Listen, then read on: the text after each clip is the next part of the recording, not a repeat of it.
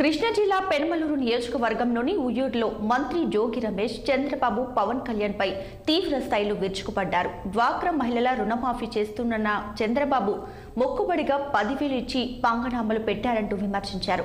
అలాగే ఇంటికి ఉద్యోగం ఇస్తానని మోసం చేశాడంటూ ఆయన ఎద్దేవా చేశారు.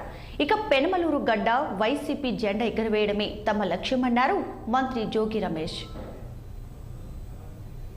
ఇంచాలంటే నా ఒక్కడి బలం చాలు.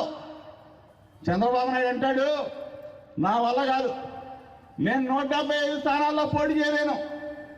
జగన్ దమ్మున్నాడు, వీరుడు, నువ్వు రా అన్నాడు ఆయన పక్కన.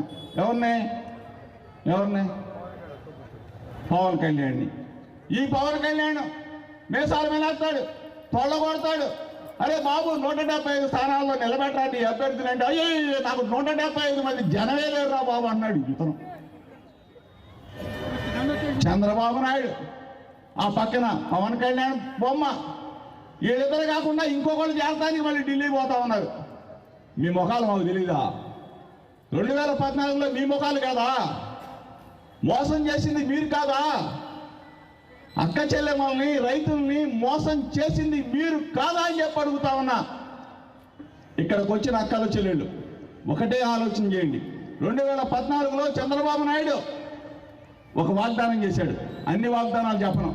ఏం చెప్పాడు తెలుసా? సిలిండర్కు 100 రూపాయలు సబ్సిడీ, సంవత్సరానికి 12 సిలిండర్లు. లెక్కలు వస్తాయి తల్లి, చెప్పండి ఎంత? 12 సిలిండర్లకి సిలిండర్కి 100 రూపాయలు ఎంత సంవత్సరానికి? వాలంటీర్ చిన్న వాళ్ళకి లెక్కలు రాని ఉండరు తల్లి. 1200. 5 సంవత్సరాలకి ఎంత? 6,000. ఒక్కసారి మీ బ్యాంక్ అకౌంట్